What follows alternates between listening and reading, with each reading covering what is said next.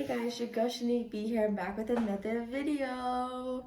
Okay, so, oh my god, I can't believe I actually got sleep today because because Jelani be waking up. So, Jaymon had soccer practice yesterday, and literally, it was at 7:05 p.m. So, he has soccer every Tuesday in the evening because I was not trying to do the weekend. So, I just think after school is really good. So I made sure that like they ate their dinner, they both bathed, and then we went to go play soccer. Then when it's time to come home, straight to bed. Jelani took a nap around like 4 something, like it was very short. But then he was up for a while, so we got him around 8.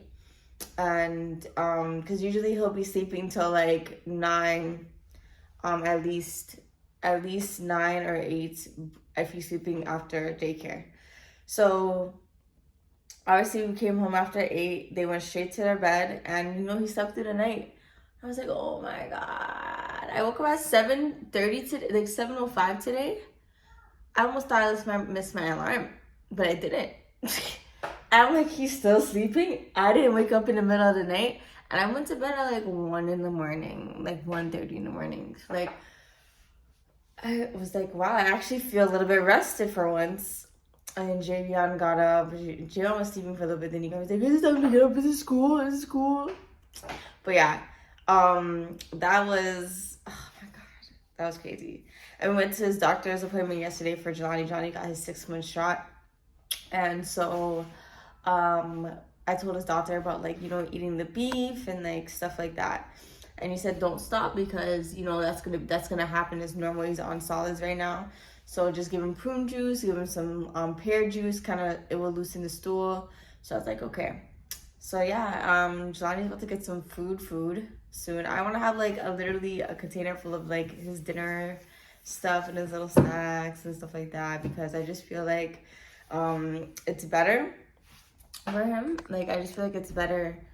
And I'm excited to feed him. Like, I'm just excited because he loves the food. Like, he has to give me no trouble. He loves the food, and that's what I'm so amped for, because I never got to experience this with Javion. So when I got to experience this with him, I was like, oh my God, yes.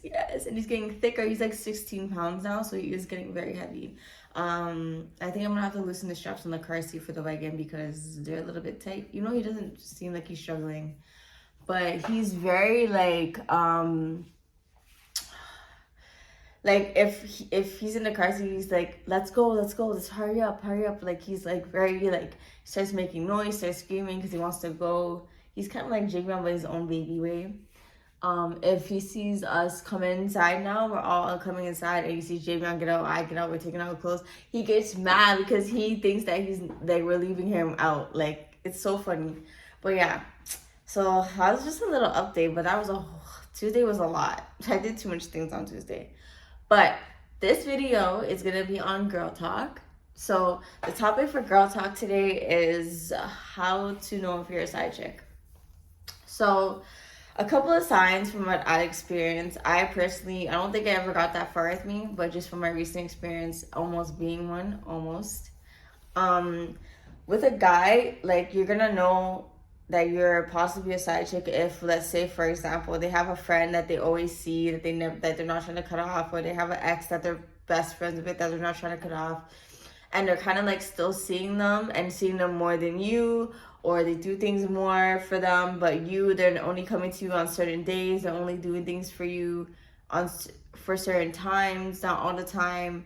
They won't go out with you certain places. They'll go out through like limited places where nobody that they know can see them, stuff like that. I mean, you guys probably won't communicate as much, to be honest with you. Maybe they'll love bomb you for one day and then go back doing the same bullshit like they always do. So that's a couple of signs of being a side chick. And honestly, you got to be very careful, because I feel like men are getting very smart on how they want to manipulate females and want to do all that. So you gotta be like very smart. You gotta be ahead of the game. Like, if a guy's not showing you what you want and you start to feel like annoyed, and every time you bring it up, they're not trying to work on it, they're not showing you proof that they're trying to change and treat you better, then you know. And majority of the time, us females, we just be ignoring these signs because we think, oh my god, maybe they're gonna change later, maybe that's just how they are, da da da da. No, it's really not. And I think because, like, you know, everyone learns differently. Everyone takes a long time to process and understand that, like, certain men are just not trying to be in a committed relationship. So you just gotta really be smart and observe and be quiet and not try to talk too much, because the more you talk, the more ammo a guy can use to just manipulate you. Unless you guys are both on the same page, that's different. But you have to be mindful of not revealing too much, because then they'll kind of just do certain things to kind of like as like a cheat code to kind of do, like, get what they want out of you, but with manipulation. So like, you got to be careful of those things. Like, you know, if you're okay with being a side chick, that's different, live your life, girl. But like, honestly, for the girls who are not, you got to make sure you leave, because there's most likely they're never gonna leave their best friend or someone, that some female that they're close to. If they're only seeing them at certain times, if, you know, they ignore you, if they're not really talking to you that much, like, that's how you're gonna know you're a side thing. And, you know, if you, let's say, ask them, you want to meet their friends, they're not trying to introduce you to their friends, you already know that it's not serious once they do that stuff. So like, you just gotta make sure that you love yourself more, you put yourself out there. And honestly, if you feel like you still like this person and you don't mind, you want to fool around with them, have other options, because you do not want to be the only girl on that person and then they're getting their lick back and you're not. So make sure that you are open with who you're talking to, and make sure you're honest about it, because you'll gain more respect when you're honest about those things than people who are not, and they just lose out anyway. So the more that you're honest about your intentions and what you're doing and everything, I feel like the more good comes to you. So be honest, mingle around, and even if they try to get mad and be like, oh my god, I don't want you talking to other people, but they're still talking to other people, no. That's another sign as well. Because why can't we talk to other people? If you're so close to somebody else, why can't I be close to other people? It's a two-way street, right? So you got to make sure you see that. You got to make sure you put yourself first in any type of situation that is like that. Because if you don't, you're going to sit here and you're going to be sad. You're going to be stressing. You're going to wonder why, like, this person's not contacting you all the time. Like, you know, you're going to be depressed. You're going to look at other people, wish you had that. Like, sometimes you just got to really, like, look in it. And especially you'll know if a guy likes you too, is if, like, they're doing other things for other females, for other people. But when it comes to you, they don't care. They don't care to do it. That means they just never liked you. It means they just like your body. And there's a lot of guys out here who are like that, who will just come for you for your body, who will just, claim that they like you, but they don't. And honestly, you'll see it in the guy's actions, words, and facial expressions if they like you. They will tell you. Guys, like, in a way, they're smart with manipulation, but at the same time, they're not so much, because they will reveal it. They will reveal it. Like, a guy will tell you straight up if they like you or not. They'll say certain things you should take note of, to be like, okay, they meant like this, or they said this, or da-da-da-da. Okay, now I know what they mean now. A guy's usually blunt with what they want. So let's say, especially, for example, like, I use my situation as an example. If my ex has his ex that he was dating for 10 years, plus a kid, and let's say they have been together for 2-3 years, it's most likely that he's probably not over that person, especially if, you know, there's certain boundaries that he's not fulfilling, and he's still following and going after that person. So you gotta, like, those signs of, don't listen to, I know I done for 10 years. Like, that's not an excuse. That's not an excuse. I don't care how long you knew somebody. Boundaries. Because if you really wanted somebody in your life and you wanted to move forward and you wanted a girl, then that would never be an issue. But it will be an issue because you're making it an issue. And some guys just really be liking girls fighting over them. They want to live that double life, like, I have my girl here and I have a girl here.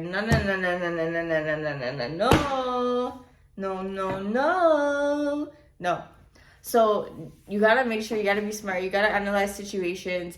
You gotta, pay attention to the way they are around you. Are they always on their phone? Are they not really giving you attention? If when they come, they're, let's say they're sleeping with you, they leave, or they're staying with you for a short time. Pay attention to how guy moves in the beginning, because out through the connection, they're gonna start to change. If they have no good intentions, they're going to start to change. Yes, there's a honeymoon stage and the honeymoon phase and blah, blah, blah, blah, blah, but just because that honeymoon stage and phase wears out, it shouldn't be a big ass change in their actions when they're trying to move forward with you. Like, yes, it could get, like, we're both comfortable now, right? But we still talk on a daily. We still talk every day. But it shouldn't be, oh, we're both comfortable now, I'm not really gonna talk to you as much. Oh my God, you're clingy. Oh my God, I need space. Oh my God, da da da da da da. Like, it shouldn't be like that. You guys are in a honeymoon stage. There's no reason for you guys to already be tired of each other like that and want space. So no. So make sure that you pay attention, because that's what I always like to do. I always pay attention to how somebody's moving in the beginning and what they say, because I'm going to be looking at it as we go forward, as weeks and months go forward. And if I see that you're not doing the same thing, I'm going to start to question you, and you're not going to like it. You're not going to like it, because I'm going to catch you, because I'm writing down, taking notes. You can take mental notes, or you can take physical notes, and that's how you'll know. But you just got to make sure it's scary out here and protect yourself as well. Like, the last thing you need is getting pregnant for somebody who never seen you as the main thing, because that is going to be a lot. And it's gonna be hard. So just make sure you protect yourself at all costs, especially if a nigga is not like your man or not doing what he needs to do. There's no reason for you to be going raw with them like that. Have your boundaries, have your limits. Like, if they want that premium P, they need to fucking be a premium guy in order to get that. So make sure you raise your confidence, guys. You stand your ground. I know it's hard because we're so in love. We fall and all da. But just make sure, because you just, like, don't want to feel like shit. Because that feeling is the worst feeling in the world. Like, and you don't know, like, everybody processes things very differently. So you really don't know how you're gonna take that until it actually happens to you. And it can happen to you before, it can happen to you a second time, and maybe the third time I just hit that fucking nail on the board, and like, it could lead to a lot of things. It can actually stop you from wanting to pursue anybody and kind of getting depressed and isolating, or it could really get you into revenge mode and going up and going after, what you actually want and being a boss bitch, right? So honestly, I would go with the revenge mode, glow up, show them what they lost, because most of the time they're always gonna come back. Always. You just gotta know better. But yes, this is the girl talk for this week. I hope you guys have a good rest of your week, and I'll see you guys next week for a new video. Bye.